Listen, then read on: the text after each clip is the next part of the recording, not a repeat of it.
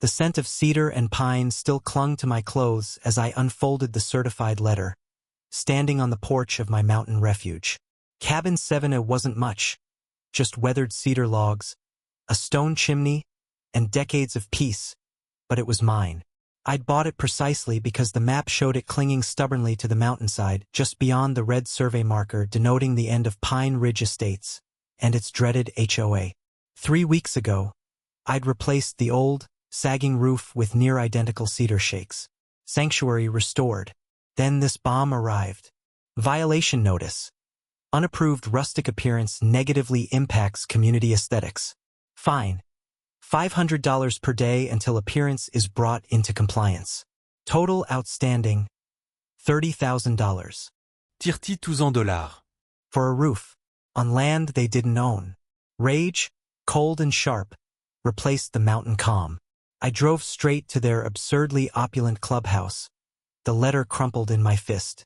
Brenda Cole, the HOA president, received me in a marble-clad office smelling of lemon polish and entitlement. She peered over designer glasses, a faint smirk playing on her lips as I slammed the violation notice and my deed onto her immaculate desk. Cabin 7A is a documented eyesore, Mr. Vance, she stated smoothly, barely glancing at the papers. Our covenants clearly mandate architectural approval for all external modifications within Pine Ridge Estates. Your covenants, I interrupted, jabbing a finger at the survey map included in my deed packet. And right here, at the red marker, Lot 47, my Lot 47, is outside your little fiefdom. That roof is on my mountain, Brenda, not yours. She didn't flinch, just steepled her fingers. Semantics. Pay the fine or we'll place a lien on the property. Your choice. I leaned in, meeting her icy gaze. No, Brenda. Your choice is simple. Withdraw this fraudulent fine immediately, or see me in court. I turned, leaving the deed and violation notice on her desk like evidence at a crime scene. The county planning office confirmed it within hours. My deed was ironclad. Lot 47, marked clearly by the faded red survey pin hammered into bedrock near my porch, was never part of Pine Ridge Estates. I emailed the official boundary verification to Brenda and the HOA lawyer, a smug satisfaction warming me despite the mountain chill. Their response arrived by courier the next morning. A second violation notice. Failure to acknowledge legitimate HOA authority. Frivolous counterclaims. Additional fine, $250. Total due, $30,250. The sheer, brazen audacity stole my breath.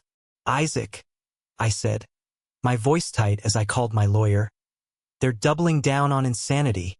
Isaac's chuckle was devoid of humor. Perfect. They're handing us the shovel.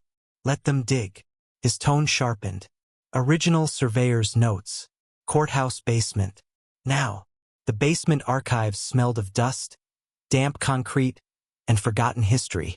We found the heavy, leather-bound survey ledger for Township 7, Range 22, buried under decades of tax records. Isaac carefully turned the brittle, foxed pages. Page 23 contained the original 1952 topographical sketch of Pine Ridge. My finger traced the shaky ink lines marking the boundary. Isaac's own finger landed firmly beside it on a cramped, handwritten note in the margin. Per Dev Cole request. Shift boundary marker 150 feet NW to encompass Lot 47 slope. Marked, uninhabitable, for plat. I stared. A deliberate miscalculation? They stole the lot. Isaac's eyes were hard. Worse. Look. He pointed to the surveyor's signature, E. Finch. Then he pulled out his phone, scrolling through the HOA's founding documents. He showed me the screen. Founding developer, Silas Cole. Below it, listed as a minor investor, Elias Finch, land surveyor. It wasn't a mistake, Ben, Isaac murmured, carefully photographing the damning page. The cold, damp air felt suddenly charged. It was coordinated fraud. Brenda's grandfather didn't just develop Pine Ridge. He stole your land to do it. And Brenda? She's trying to steal it back. The weight of generations of lies settled over us. thick as the basement dust. The fight wasn't just about a fine anymore. It was about reclaiming. The restraining order froze the HOA's main accounts, but Brenda's retaliation was far from finished. The liens on my condo and beach house weren't just threats. They were active weapons. My beach house tenant, a quiet retiree named Mrs. Gable, called in tears. A man in a suit came, said the HOA was seizing the property. He told me I had 30 days. My own condo association sent a terse email about encumbrances requiring immediate resolution. Brenda wasn't just attacking me. She was terrorizing innocent people connected to me. Isaac moved with terrifying efficiency. The subpoenas were a deluge. Banks coughed up decades of HOA financial records. The property management company surrendered all emails, meeting minutes, and architectural review files. The digital paper trail was a tsunami heading straight for Pine Ridge. It was the physical discovery, however, that struck first. A subpoena delivered to Brenda's personal residence demanded production of any documents related to Lot 47 or Silas Cole. Her lawyer fought it, but the judge, now deeply suspicious, ordered compliance. When Brenda finally produced a slim folder, Isaac pounced on a seemingly innocuous invoice buried within Cole Residence. Infinity pool design and construction. Total, $85,000. Paid by Pine Ridge Estates HOA Reserve Fund. Account #PAR004. The date was 3 months after she'd fined me. Using HOA reserves? Isaac murmured, holding the invoice like a smoking gun. For her personal pool, while fining you for a roof on land they stole. That's embezzlement, Ben. Plain and simple. The news of the pool invoice leaked, likely from a panicked board member. The effect was electric. Late that night, my phone rang. The caller ID showed restricted. Mr. Vance? A hushed, trembling voice asked. It was Dennis Polk, a timid, newly elected board member I'd met briefly. I didn't know about the pool. Or the survey. Brenda controls everything.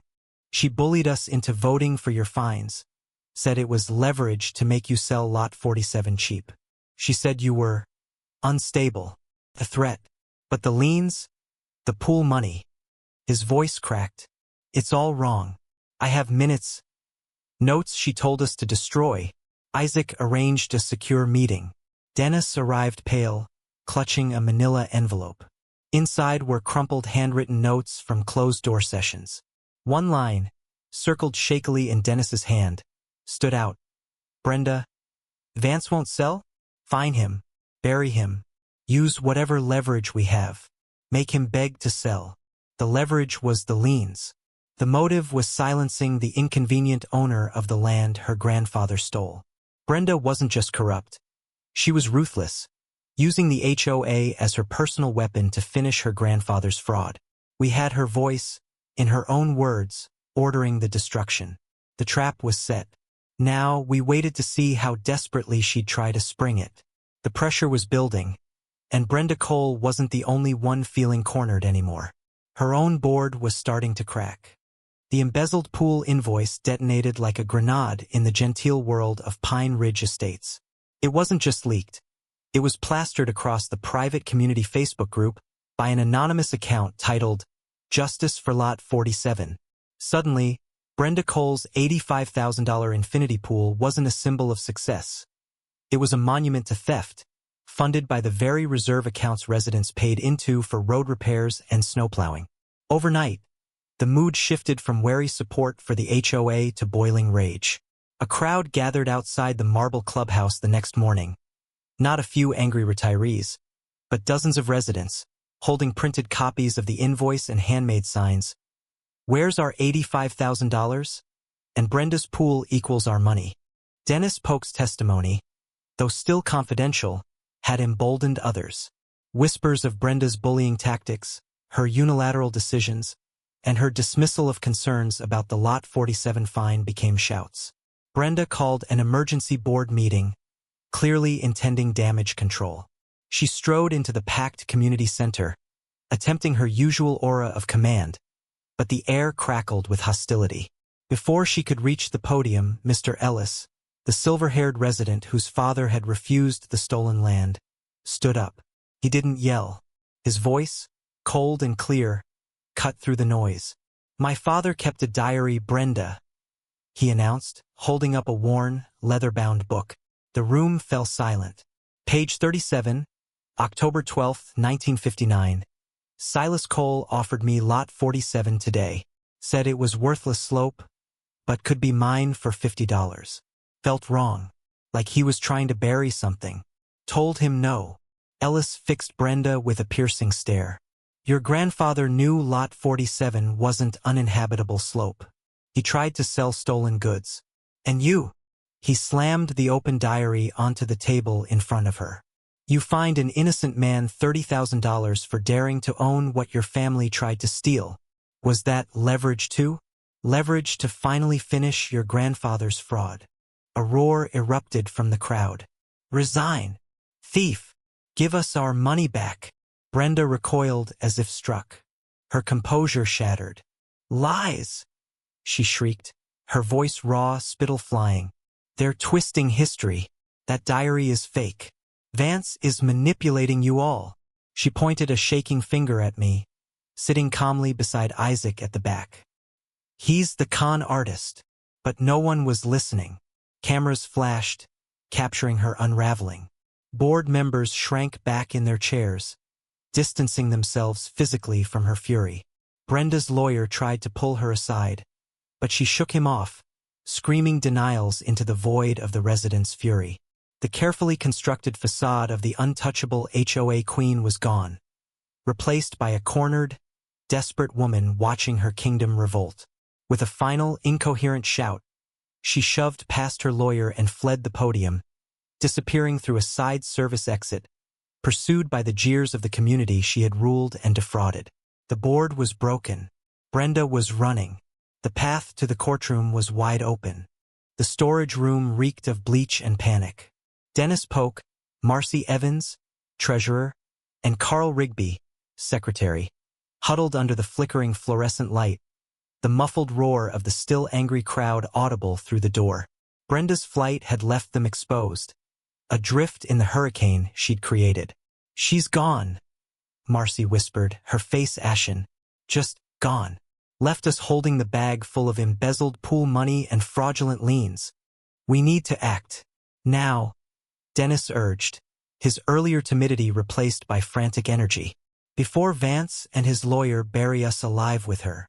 Carl, usually Brenda's staunchest ally, wiped sweat from his brow. "What do we do? Resign? Plead ignorance?" "Too late for that," Marcy snapped. "We voted for the fines. We approved the pool expenditure minutes she doctored. We need to fix this, publicly, before the judge sees us as co-conspirators." She pulled out her phone, fingers trembling. "I'm calling an emergency vote. Right here. Right now." 5 minutes later, in the still tense main hall, Marcy approached the microphone, flanked by Dennis and a visibly shaken Carl. The crowd's angry murmurs subsided into wary silence. "Residents of Pine Ridge," Marcy began, her voice unsteady but loud. "Effective immediately, the board has accepted the resignation of Brenda Cole as president." A ripple went through the room. "Furthermore," she continued, taking a deep breath, "by unanimous emergency vote, the board hereby voids the $30,000 fine levied against Benjamin Vance for Lot 47. She held up a printed resolution. "The liens placed on Mr. Vance's other properties are rescinded." She paused, bracing herself.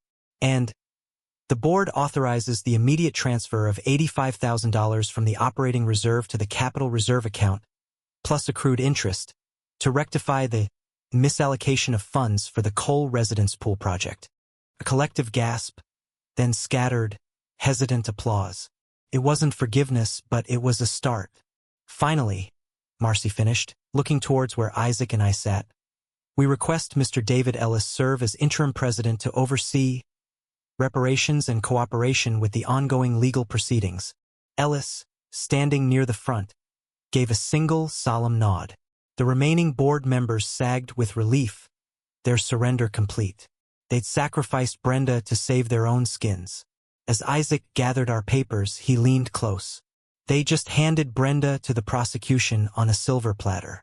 Her own board's admission of guilt is the final nail. Walking out past the subdued crowd, I unfolded the now worthless lien notice I'd kept in my pocket. Slowly, deliberately, I tore it in half, letting the pieces fall into a nearby trash can. The mountain air outside tasted sweeter than ever. Brenda was alone. The board was broken, and the stolen land was finally, truly mine. The courtroom awaited. The air in courtroom 4 crackled with suppressed fury and dread. Brenda Cole sat rigid at the defense table, flanked by her increasingly harried lawyer, her once impeccable facade replaced by pallid exhaustion. The remaining board members, Dennis, Marcy, Carl, occupied a separate row, radiating the desperate hope of immunized witnesses. David Ellis sat beside me, representing the newly compliant HOA. Brenda's lawyer stammered through his opening.